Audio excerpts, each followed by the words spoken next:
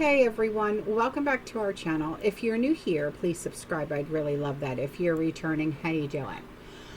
What we're going to be talking about right now is something that I have a huge problem with. Our president has signed a new executive order that will essentially override laws that closed mental asylums in the 1960s.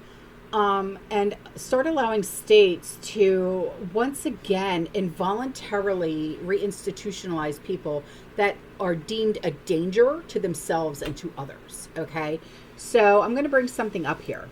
Okay, you see that? It says, seek in appropriate cases the reversal of federal or state judicial precedents and the termination of consent decrees that impede the United States policy of encouraging civil commitment of individuals with mental illness who pose risk to themselves or to the public, or are living on the streets and cannot care for themselves, in appropriate facilities for appropriate periods of time. Okay? So, this new executive order just flipped the script on 60 years of mental health policy. And it greenlights states to involuntarily reinstitutionalize those that are deemed dangerous or incapable of self-care. And he's doing what no president has dared since the asylums closed down. So for decades, city streets became default wards. Not by accident. Okay, this is all by design. And now the pendulum swings back. But here's the question that no one is asking. Okay? Who decides who is too unstable to live their lives? And what happens when that definition gets political? And I'm sure you've heard, okay, of the saying, for-profit prison, okay? Now, this move, in my opinion, of these facilities to reopen is going to be the same, for-profit. Now, with these for-profit prisons that are open, okay, Binks, go lay down.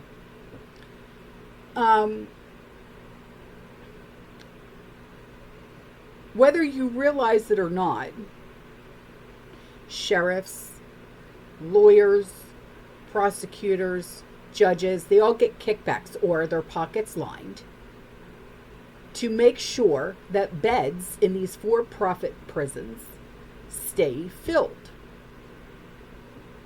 So with these new facilities that are going to open up to reinstitutionalize involuntarily, okay, or, you know, that for these people that are deemed dangerous, is this going to be the same way? Okay. Who is going to be the one to make the call to say, yeah, you're unstable, you're too dangerous, you need to go and spend the rest of your life or however long in an institution because you can't take care of yourself? Okay, well, who said? A state-run, state-paid psychiatrist, psychologist, therapist? Because they know that that person who is being treated cannot afford to pay for their own psychiatrist, psychologist, or therapist. So obviously it's going to rule in the state's favor, and this person is going to be involuntarily institutionalized. And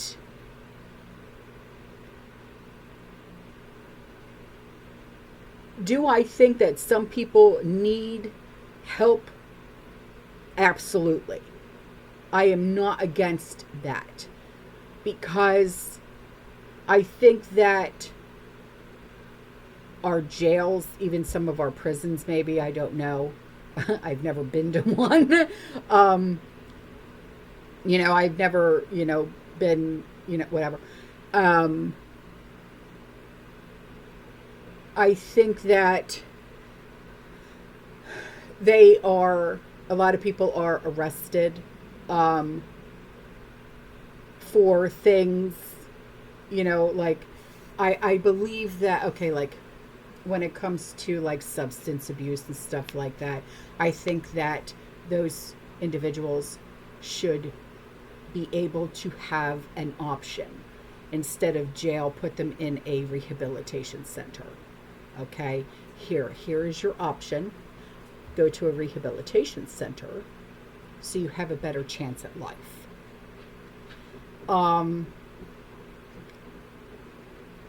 I think that would be a better option, but that's just my opinion.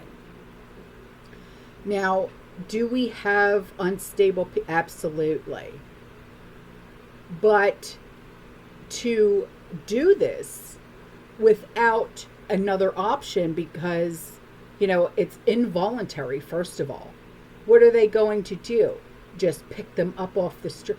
Okay, this is where my one problem comes in. We have a lot of our veterans, okay, that are homeless, because they are going to be targeting the homeless. Let's not forget this. And our homeless veterans, they are homeless because they have PTSD and things like this. I have PTSD, okay? And that's why I have my one dog, Ridley, okay? He's my ESA.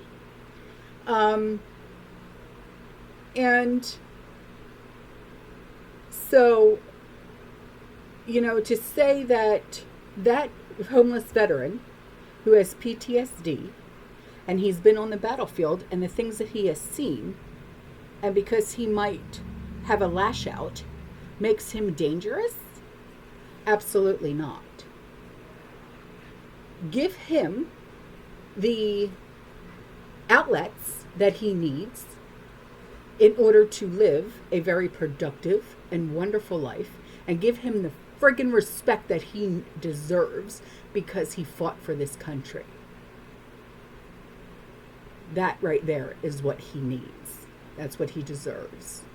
Not an involuntary institutionalization. So, I hope that is what would be sought. But then again, each state is different. And who knows if they would even decipher that. And also, we have a lot of families, whole families, that are homeless. A lot of people choose to be homeless because they don't want to pay bills. They get, their Social Security, their disability, or whatever the case may be. A lot of people are homeless and they have jobs. They don't, they save up all their money. They live day by day. They don't want the bills. They don't want the BS. They don't want, you know what I mean? And do you blame them? You know what I mean? So, and a lot of people are homeless because they only make, say, $2,500 a month with their job, but yet the cheapest rent around is $2,500 a month. And they can't come up with the first license security. And around here, like in the Tampa Bay area, yeah, the rent may be $2,500 a month, but guess what you got to do first? You got to make 3 times that amount every single month with income in order to qualify for that rental. Good luck finding a job making $7,500 a month. We don't even bring that kind of money in. Okay? Just saying. So, Yes, I have a problem with this on different levels. You know, give our veterans a chance. Don't just institutionalize them just because they're homeless. Have different options for different people. Now, if they are literally batshit crazy, they are on substances, they are committing crimes every day, they have a long ass rap sheet, this, that, and the other, okay. If there's no other option, you know what? They've been through the system's not helping. There is literally no way in hes now that there is any other help for this individual. Okay, I'll sign the papers myself. Okay? But I mean, literally, if it's a vet, give them the help that they deserve. They fought for this country. Okay? And for the mom and dad that are homeless with their little ones, they're homeless because they can't afford the first lesson security and they don't make $7,500 a month. Okay? Don't institutionalize people just because you feel like bringing back a law that, I mean, I'm not against our president. Okay, so don't be like, oh my God, I have to unsubscribe from her because she's talking bad about Trump. No. We can agree to disagree. I don't agree with all of his policies, okay? But I still like the guy. So chill out. Holy shit. I know you guys are, if you're not all in, you're out all the way, Anyway. All right, guys, I'm out of here. Okay, I will see you in the next one. And don't forget, if you have some family members that are on psychotropics, you might be on some of them too. Don't forget, they could be coming for you. Because remember, every single one of us is only one paycheck away from being homeless. Yeah. I will see you guys in the next one, okay? You stay safe, you stay positive, you keep prepping. And as always, fear less and God bless. Ciao.